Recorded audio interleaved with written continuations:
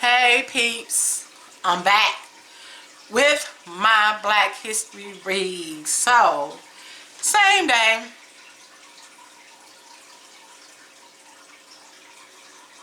Sunday, February 20th, but this gonna be my Tuesday video because this read gonna be lengthy and I ain't want to put them two together. Nah, I don't feel like doing it like that. So, y'all ready? Y'all ready? Y'all ready? Is y'all ready? Y'all don't be ready for these Black History reads. I don't think so.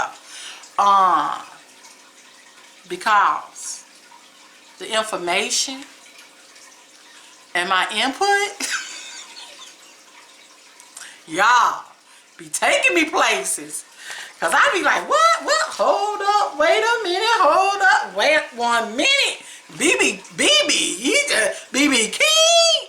He was like, oh, okay. So, without further ado, let me introduce you to my Black History read number 6. This number 6, y'all getting her done, could you know? And it's about who y'all think it's about. No, wrong. It's about Mahalia Jackson. Y'all should have knew she was coming, right? Y'all should have knew that. So here we go, because this long, y'all. And it's long. But only reason why it's this long, because I make my words extra big so I can see them. But it was really, I don't know how many pages actually it was. But yeah, and I do front and back. But let's begin. Mahalia Jackson. Born Mahalia Jackson. She was born October the 26th, 1911. Okay.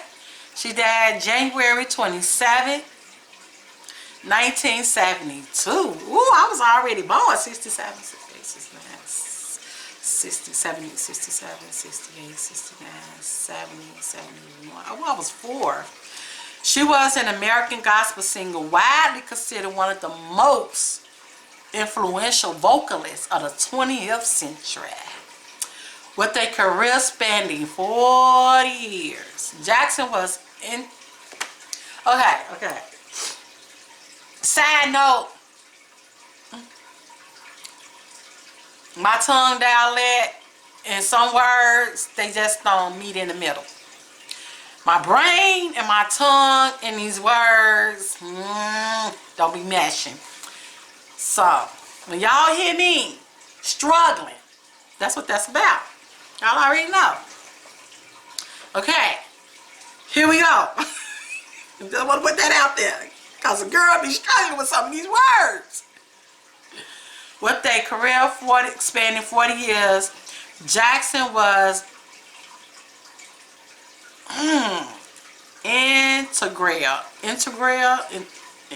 integral. Y'all look. Y'all think I be playing. Man, some of y'all might don't have no problem. But whatever it go. I need y'all to be seeing these words though.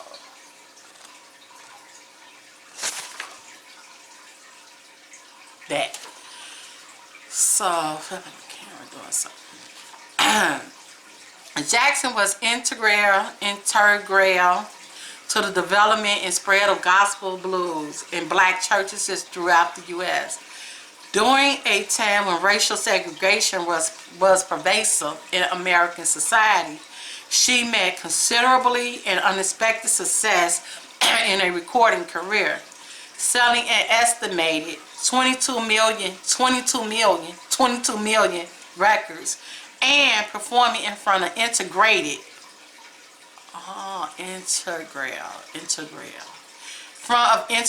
and secular audiences in concert halls around the world. She was the granddaughter of enslaved people. Jackson was born and raised in poverty in New Orleans. She found a home in her church, leading to a lifelong dedication and singular purpose to deliver God's word through song. That was her way. Mine's through reading. She moved to Chicago. Oh, y'all already know I gotta represent. Hey. Whoa, okay. Chicago. She moved to Chicago as an adolescent and joined the Johnson Singers, one of the earliest gospel groups. Jackson was heavily influenced by blues singer Bessie Smith, adapting her style to traditional Protestant hymns and contemporary songs. After making an impression in Chicago churches, she was hired to sing at funerals, political rallies, and revivals. For 15 years, she functioned as what she termed a fish and bread singer.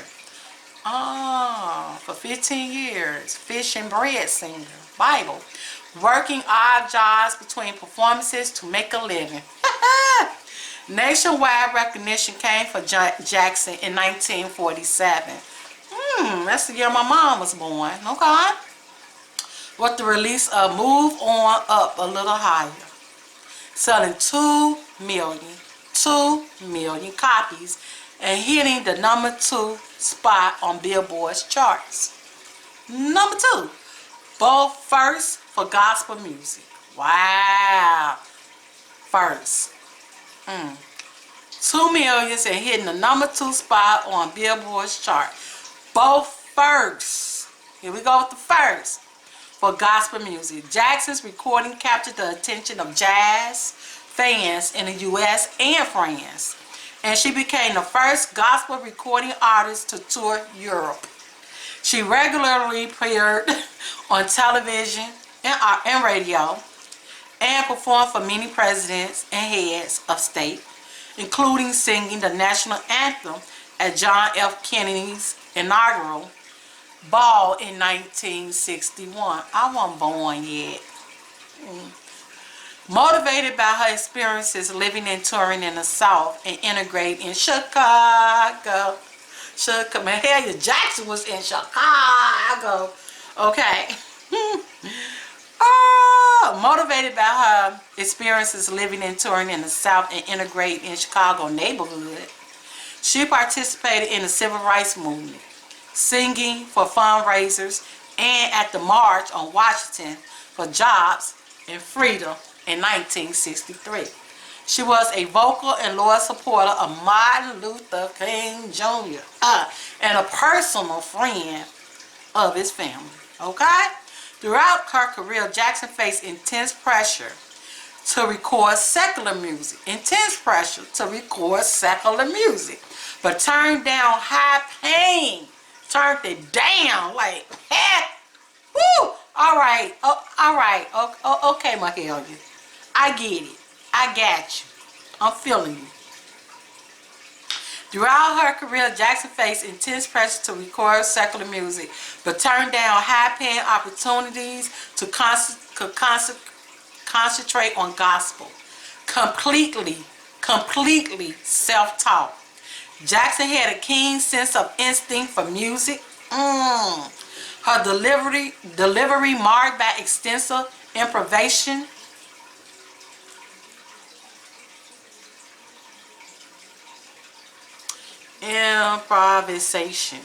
Why they gotta be why it gotta be pronounced like that? Why they have to spell it like that? That's how B.B. King was too. Jackson had a keen sense of instinct for music. Her delivery marked by extensive improvisation with melody and rhythm.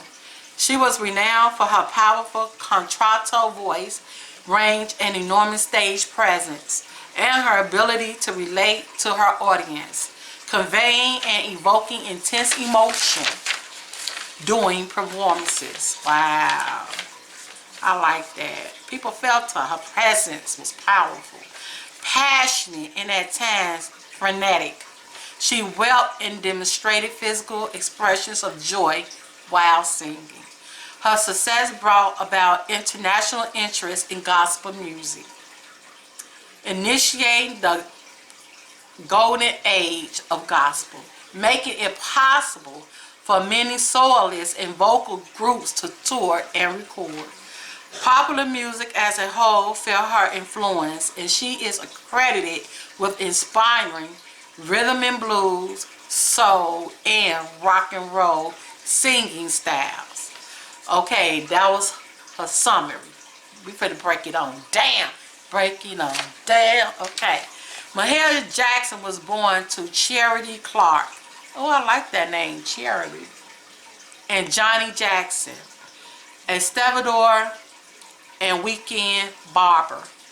Clark and Jackson were unmarried, a common arrangement among black women in New Orleans at the time. He lived elsewhere, never joining Charity as a parent. Huh, how about that?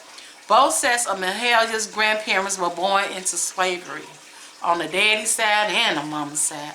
Her paternal grandparents on a rice plantation and her maternal grandparents on a cotton plantation. Oh, you had a rice plantation? I didn't even know it was a rice plantation. Huh? I'll be back. Oh, my. I got too much reading to do. I want to shine. Whew. Okay. Wow, rice plantation. Never heard of no rice plantation. Ain't that something? Okay. And so the maternal grandparents on a cotton plantation in Pontypool Parish, about 100 miles north of New Orleans. Charity's older sister, Mahalia, oh, she named her daughter after her sister. Her mom's oldest sister, Mahalia Duke Paul, was her daughter's namesake, sharing the spelling without the I. Duke hosted Charity and their 5 other sisters and children in their leaky 3-room shotgun house on Water Street in New Orleans, 16th Ward. Wow. Duke hosted Charity and her 5 other sisters and their children in a leaky 3-room shotgun house. I mean, I'm all discombobulated. I never heard of nothing like this before. Wow. Shotgun house on Water Street in New Orleans, 16th Ward. That's a lot. That's a lot. The family called Charity's daughter Haley. She counted as the 13th person living in Aunt Duke's house. Wow. Man. They did it though. They did it. They did that. As Charity's sister found employment as maids and cooks, they left Duke's. That was the name of her house, Duke's. Though Charity remained with her daughter, Mahalia half-brother Peter, and Duke's son Fred. Oh, Mahalia had a half-brother. Okay, Mahalia was born with bowed legs and infection in both eyes. Her eyes healed quickly, but her Aunt Belle treated her legs with grease, water massages with little result. For her first few years, Mahalia was named fish hooks for the curvature of her legs, bowed. The Clarks were devout Baptists attending nearby Plymouth Rock Baptist Church. Sabbath was strictly followed. The entire house shut down on Friday evenings and did not open again until Monday morning. As members of the church, they were expected to attend services, participate in activities there, and follow a code of conduct. No jazz, no card games, and no highlight. Drinking or visiting bars or juke joints. Dancing was only allowed in the church when one was moved by the Spirit. She dutifully joined the children's choir, Mahalia, at age 4. Next door to Duke's house was a Pentecostal church that Jackson never attended but stood outside during services and listened rapidly. Music here was louder and more exuberant. The congregation included jubilees or up-tempo spirituals in their singing. Shouting and stomping were regular occurrences, unlike at her own church. Jackson later remembered these people had no choir or nor organ. They used the drum, the cymbal, the tambourine, and the steel triangle. Everybody in there sang, and they clapped and stomped their feet and sang with their whole bodies. They had a beat, a rhythm we held on to from slavery days, and their music was strong and expressive. It used to bring tears to my eyes. When Jackson was 5, her mother became ill and died. Wow. Charity died. And the cause unknown. Duke, Charity's sister, which is Mahalia aunt, Duke took in Jackson and her half-brother at another house on Esther Street. Duke was severe and strict. She was strict. She was severe. I mean, you gotta have some of that. You got all 13 people staying in your house. Right. Duke was severe and strict with a notorious temper. Jackson split her time between working, usually scrubbing floors and making moss-filled mattresses and cane chairs, playing along with levees, catching fish and crabs and singing with other children, and spending time at Mount Mahalia Baptist Church, where her grandfather sometimes preached.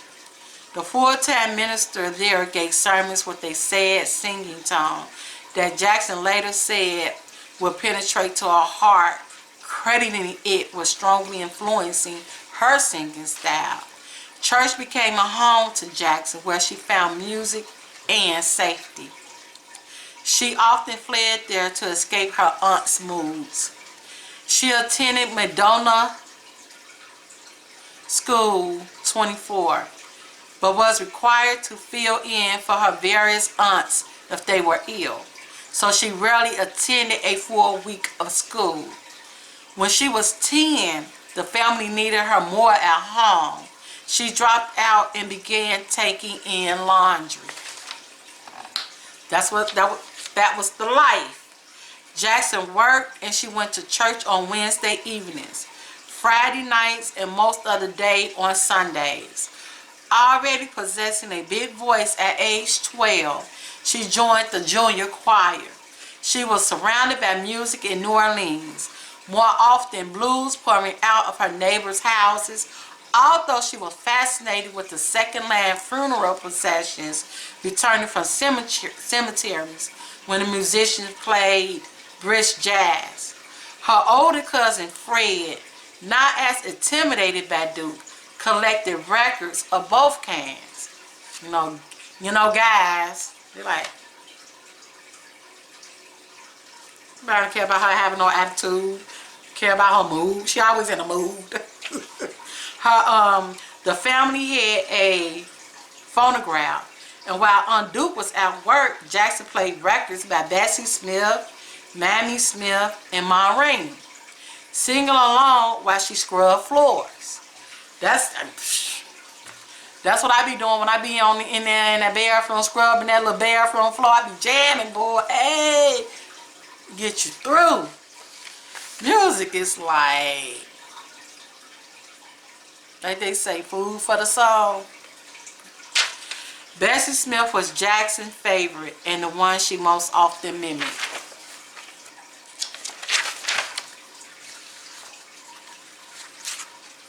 Bessie Smith. Maybe I might do a paper on her. Jackson's legs began to straighten on their own when she was 14. But conflicts with Aunt Duke never abated.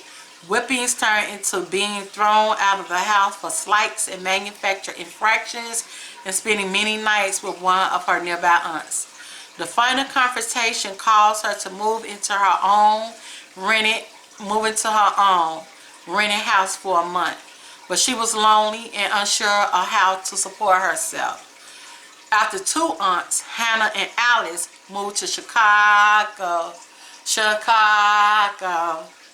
Jackson's family, concerned for her, urged Hannah to take her back there with her after a Thanksgiving visit. Okay, she moved out on her own. So 2 of the aunts moved to Chicago. So one of the aunts asked Hannah to take her back with her after a Thanksgiving visit because Mahalia didn't know how she was going to really support herself, but she had to get out the house because her and Dukes just weren't seeing eye to eye. Be like that sometimes. In a very cold December, Jackson arrived in Chicago. Hey, Chicago. I'll get my dance in with this read. For a week, she was miserably homesick, unable to move off the couch until Sunday when her aunts took her to Greater Salem Baptist Church, an environment she felt at home in immediately. Later state it was the most wonderful thing that ever happened to me. When a pastor called the congregation to witness or declare someone's experience with God, like a testimony service, Jackson was struck by the Spirit and launched into a lively rendition of Hand Me Down by Silver Trumpet Gabriel to an impressed but somewhat bemused audience. They was impressed but like, well, hold up. She just felt something and just started singing something. The power of Jackson's voice was readily apparent, but the congregation was unused to such an animated delivery. They weren't ready. They weren't ready. I get you, Mahalia. They'll be ready. They'll be ready for us. She was nonetheless invited to join the 50-member choir, okay, and a vocal group formed by the pastor's son, Prince Wilbur, and Robert Johnson, and Louise Lemon. They performed as a quartet, the Johnson Singers, with Prince as the pianist. Chicago first black gospel group. Y'all heard that? Chicago first black gospel group.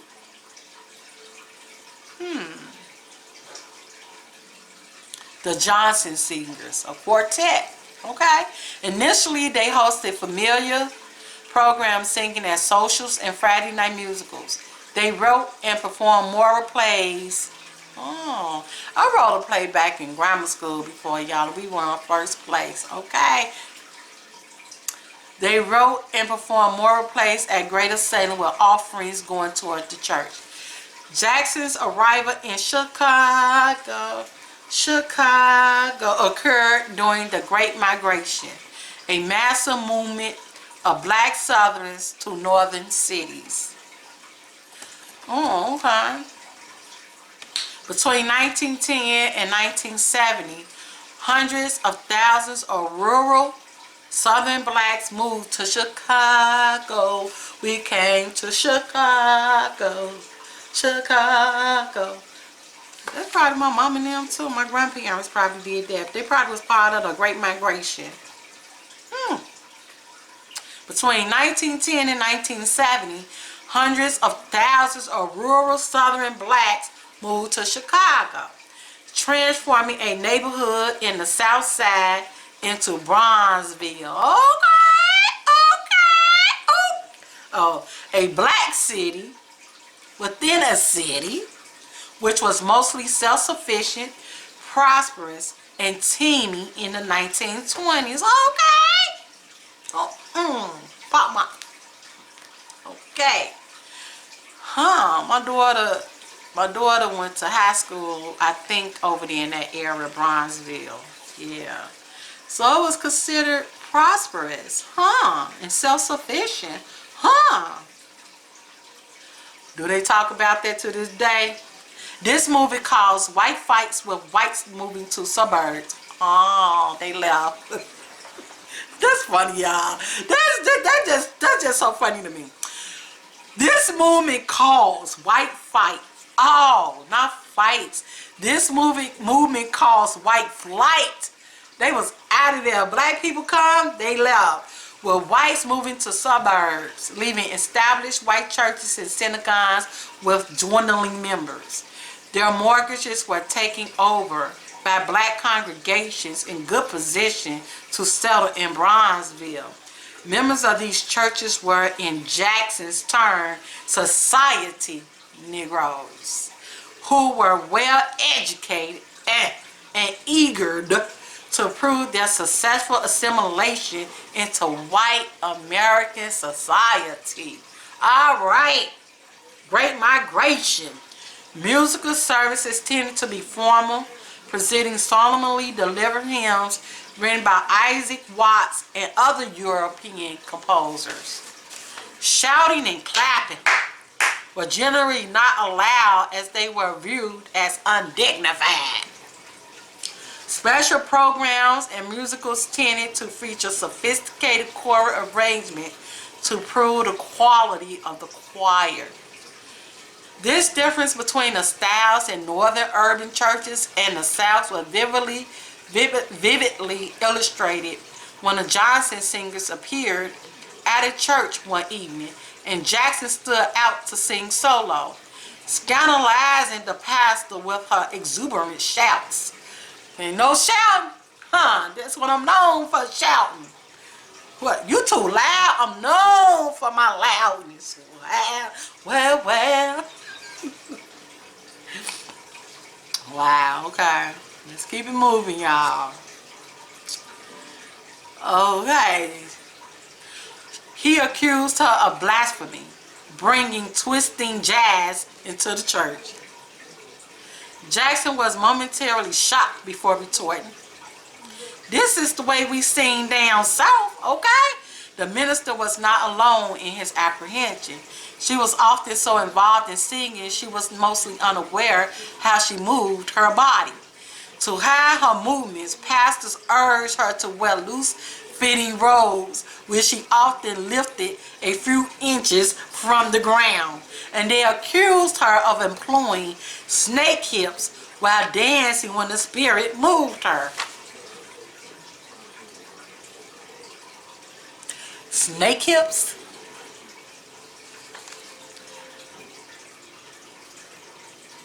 It's making my head itch, y'all. It's itching anyway, though.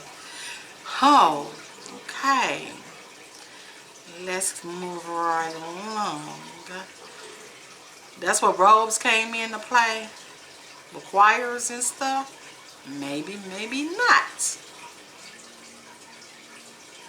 I just done lost my whole spot. Enduring another indignity, Jackson scraped together $4, equivalent to $60 in 2020, to pay a talented black operatic tenor for a professional assessment of her voice.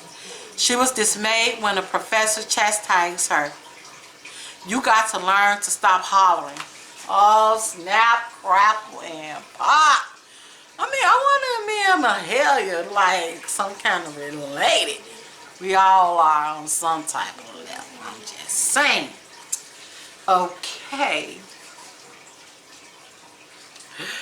Oh my goodness. It would take time to build up your voice. The way you sing is not a credit to the Negro race. You got to learn to sing songs so that white people can understand them. Oh my goodness gracious, Lord have mercy. Okay. Soon Jackson found the mentor she was seeking, Thomas A. Dorsey, a seasoned, there go that word, seasoned, y'all, blues musician, trying to transition to gospel music, trained Jackson for 2 months, persuading her to sing slower songs to maximize the emotional effect. Dorsey had a motive. He needed a singer to help sell his sheet music. He recruited Jackson to stand on Chicago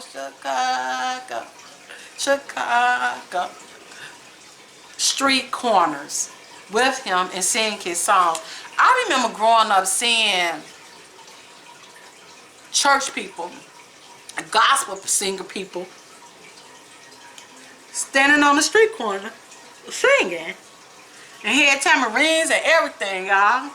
I saw that. I actually will see stuff like that. Does that mean I'm old, y'all? I don't think we're gonna see that today. Not in Chicago. You're gonna be ducking and dodging bullets. You're like, what?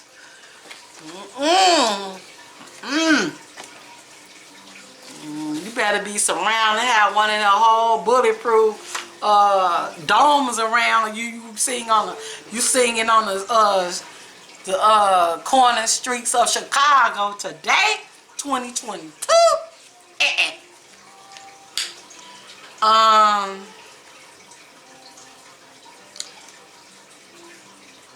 He recruited Jackson to stand on Chicago street corners with him and sing his songs, hoping to sell them for 10 cents a page. Wow, 10 cents, y'all. It was not the financial success Dorsey hoped for, but their collaboration resulted in an unintentional conception of gospel blues solo singing in Chicago, Chicago. When she first arrived in Chicago, Jackson dreamed of being a nurse or a teacher. But before she could enroll in school, she had to take over Aunt Hannah's job when she became ill. Jackson became a laundress and took a series of domestic and factory jobs, while the Johnson singers began to make a meager living, earning from $1.50 to $8, equivalent to $23 to $124 in 2020. So they was making like $1.50 to $8 a night. Steady work became a second priority to singing. Jackson began calling herself a fish and bread singer, working for herself and God. All right, I like that. I like that. I think I want to call myself a fish and bread reader. I don't get paid for this though, but I do. You know what I'm saying? God got me. She made her first recordings in 1931, singles that she intended to sell at National Baptist Convention meetings, though she was mostly unsuccessful. But as her audience grew each Sunday, she began to get hired as a soloist to sing at funerals and political rallies for Louis B. Anderson and William L. Dawson. In 1932, on Dawson's request, she sang for Franklin D. Roosevelt presidential campaign. You go, Mahalia, y'all. She had become the only professional gospel singer in Chicago. Chicago. Represent. Talking about Chicago this, Chicago that. Look who all came through Chicago. Okay. Sometimes she made $10 a week, which is equivalent to $190 in 2020. But she made $10 a week in what historian Michael Harris calls an almost unheard of professionalization of one's sacred calling. As opportunities came to her, an extraordinary moral code directed Jackson's career choices. Her long vice was frequenting movie and vaudeville theaters until her grandfather visited one summer and had a stroke while standing in the sun on a Chicago street. Jackson pleaded with God to spare him, swearing she would never go to a theater again. He survived, and Jackson kept her promise, refusing to attend as a patron and rejecting opportunities to sing in theaters for her entire career. She furthermore vowed to sing gospel exclusively despite intense pressure. Oh snap! Now that's what you call, man. She made a vow to my Heavenly Father, her Heavenly Father. She kept that vow. Who? Turn back, backslide where? Because her grandfather came to visit her while she was performing at a theater, and he was standing out in the streets in Chicago. This son though ain't no joke in Chicago, and he ended up having a stroke. And so she prayed for God to spare him, and God did. And then she made a promise, like, okay, she prayed to God. Oh, she prayed to God But she kind of doing like, man, no, David kind of sort of, but David didn't turn out like that though. But she prayed to God and asked God to spare him, and then she said, if you do, I will never go into a theater again. And yeah, and God spared him, and she kept her promise for the rest of her entire career. Man, that's serious. That's some serious business right there.